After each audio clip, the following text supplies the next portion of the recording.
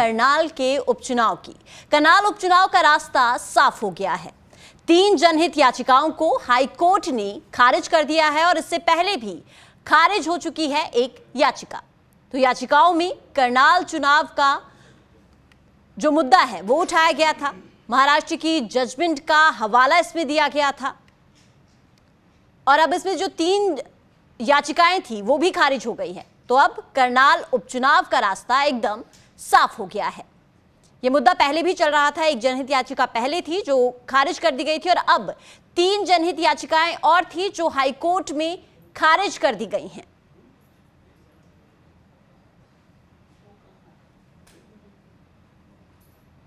बता दें कि महाराष्ट्र की जजमेंट का इन याचिकाओं के दौरान हवाला दिया गया, जिसके बाद हाईकोर्ट में तीनों याचिकाएं खारिज कर दी गई।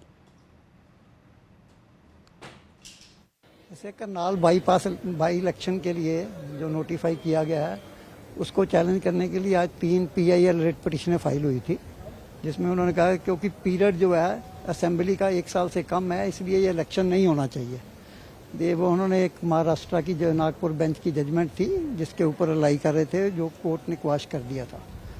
लेकिन यही इस सिमिलर रेट पिटीशन जो है वो पहले ही एक बेंच ने 3 अप्रैल को सेम रिलीफ जिसमें क्लेम किया गया था वो पूरी डिटेल जजमेंट के साथ डिसमिस कर दी थी। तो क्योंकि वो सेम सब कंट्रोवर्सी थी, तो आज जो फर्स्ट डिवीजन बेंच ने भी कहा है क्योंकि कंट्रोवर्सी ऑलरेडी सेटल हो चुकी है, एक कोऑर्डिनेट बेंच ने वो जजमेंट दी है जिसमें उन्होंने जो रिलीफ क्लेम कर रहे हैं ऑलरेडी डिक्लाइन कर दिया है। तो इसलिए पिटीशनर की रेमेडी है भी उस जजमेंट को वो चैलेंज कर सकते हैं सुप्रीम कोर्ट में। इसलिए वो तीनों पिटीशनें जो थी आज बेंच ने डिसमिस कर दी। मतलब करनाल उपचुनाव का जिसमें करनाल को जो बाई इलेक्शन का चैलेंज किया गया था वो सारी पिटीशनें अब खारिज हो चुकी है। एक पहले हो चुकी थी, 3 आज कोर्ट ने कर दिया। करनाल के उपचुनाव की। करनाल उपचुनाव का रास्ता साफ हो गया है। 3 जनहित याचिकाओं को हाईकोर्ट ने खारिज कर दिया है और इससे पहले भी खारिज हो चुकी है एक याचिका।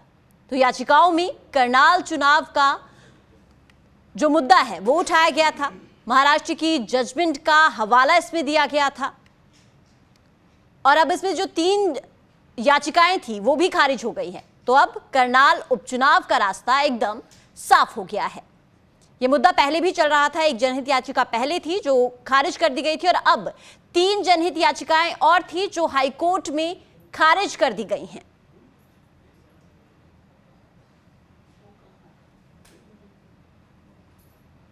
बता दें कि महाराष्ट्र की जजमेंट का इन याचिकाओं के दौरान हवाला दिया गया, जिसके बाद हाईकोर्ट में तीनों याचिकाएं खारिज कर दी गई।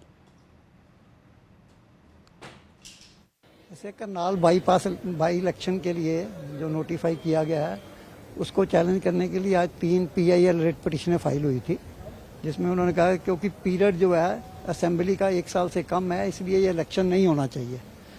वो उन्होंने एक महाराष्ट्र की जो नागपुर बेंच की जजमेंट थी जिसके ऊपर रिलाई कर रहे थे, जो कोर्ट ने क्वाश कर दिया था। लेकिन यही इस सिमिलर रेट पिटीशन जो है वो पहले ही एक बेंच ने 3 अप्रैल को सेम रिलीफ जिसमें क्लेम किया गया था वो पूरी डिटेल जजमेंट के साथ डिसमिस कर दी थी।